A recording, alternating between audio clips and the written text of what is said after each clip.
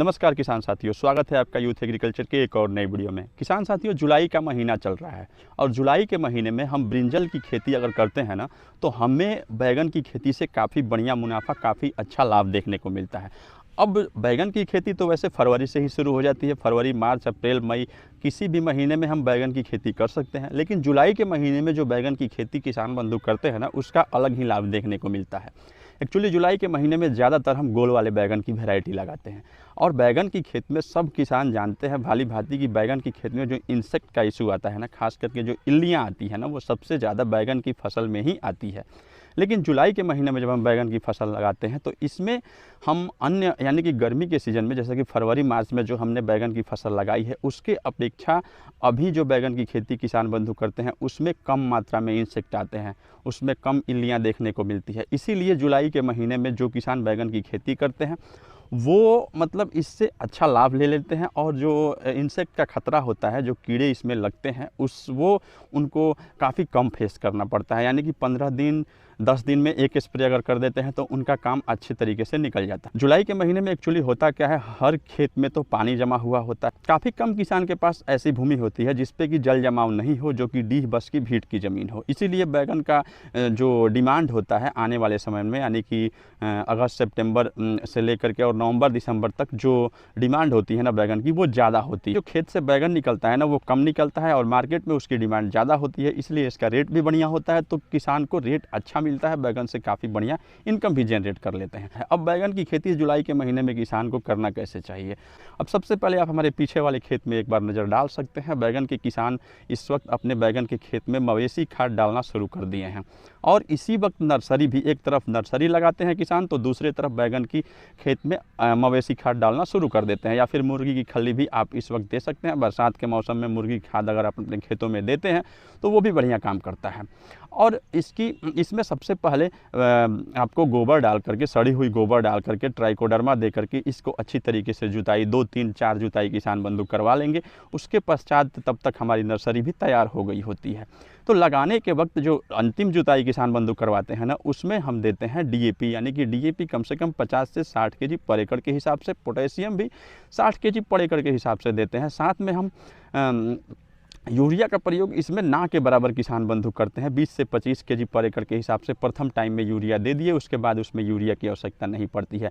साथ में सॉइल में ही अगर हम चाहें तो सल्फर या WDG जो पाउडर फॉर्म में सल्फर आता है ना, उसका प्रयोग किसान करते हैं कम से कम 3 से 5 केजी पर एकड़ के हिसाब से। एक्चुअली अभी सल्फर जब हम खेत में देते हैं ना, तो वो काम क्या करता है, वो एक फफूंदीनाशक के साथ साथ माइक्रोन्यूट्रिएंट का भी काम करता है।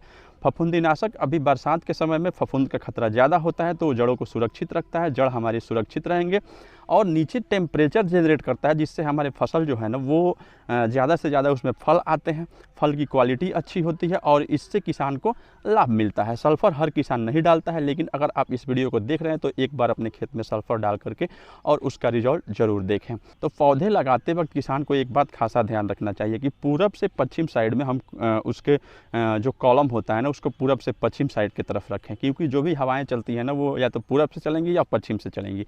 तो जब हवा के साथ में काफ़ी सारे इंसेक्ट जो है ना, वो भी खेत से बाहर निकल जाते हैं, या फिर कभी कभी तेज़ हवाओं का झोंका आता है ना, तो हमारे फसल को, जो हमारे पौधे होते हैं, उसको गिरने का चांसेज उसका बहुत कम रहता है। इसीलिए जब भी कॉलम रखें तो पूरब से पश्चिम की तरफ रखें और 5 फीट की दूरी पे, यानी कि 5 फीट, कम से कम 5 से 5.5 फीट अपने एक रो से दूसरे रो की दूरी को रखें। बीच में 5 फीट का जगह दें और अपने प्लांट्स को 1 से 1.5 फीट की दूरी पे लगाते चले जाएं। तो एक पौधे से दूसरे पौधे की दूरी को आप 1.5 फीट रखें, 1 फीट रखें और एक रो से दूसरे रो की दूरी को 5 फीट रखें।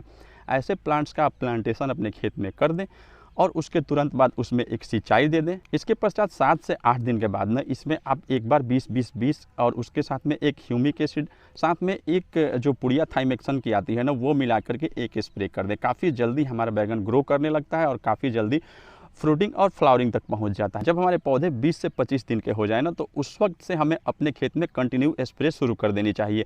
सबसे पहले हमें 19-19-19 और उसके साथ में थाइमेक्सन का प्रयोग अपने खेतों में ज़रूर करना चाहिए, ताकि हमारे पौधे जो है ग्रो भी करें। साथ में जो हल्के फुल्के इंसेक्ट आते हैं ना, कीड़े आते हैं, जो मक्खी आती है, वो भी हमारे पौधों को नुकसान नहीं पहुँचाए।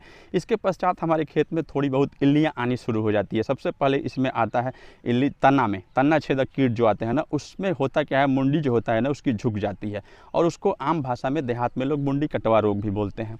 तो इस कंडीशन में हम अपने खेतों में देंगे, शुरुआत में हम पहले इमामेक्टिन बेंजोएट देंगे, बाद में जब इससे कंट्रोल नहीं होगा ना तो इसमें हम स्पाइनोसेट का प्रयोग कर सकते हैं। एक मार्केट में दवा आती है टोजन के नाम से, जो काफ़ी अच्छी दवा है और टोजन इल्ली के लिए काफ़ी महत्वपूर्ण है। इल्लियों के साथ साथ ये एक्चुअली अन्य भी जो इंसेक्ट होते हैं ना खेत में, उसको भी कंट्रोल करता है और इससे वैलिडिटी जो होती है ना, टोजन देंगे या फिर स्पाइनोसेट देंगे ना तो उसकी वैलिडिटी कम से कम 10 से 15 दिन हमारे खेतों में रहती है।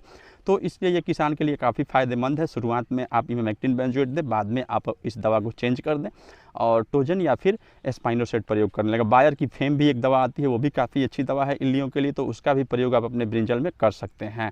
अगर हम अपने पौधों में देखेंगे कि ज़्यादा बढ़ावार हो गया है, उसमें फलन कम है, तो महीने में एक बार हम प्लेनोफिक्स का प्रयोग कर सकते हैं। प्लेनोफिक्स या फिर लिहोसिन का प्रयोग, ये हार्मोनल दवा है, इसका प्रयोग अपने खेतों में करके बढ़ावार को कंट्रोल ये करता है और फल को ज़्यादा से ज़्यादा निकालता है। जब बढ़ावार रुक जाएगा तो फल हमारे खेत से ऑटोमेटिक आने शुरू हो जाएंगे। इस तरीके से अगर हम बैगन की खेती करते हैं ना तो बैगन से हम ज़्यादा से ज़्यादा लाभ ले सकते हैं, मुनाफा ले सकते हैं।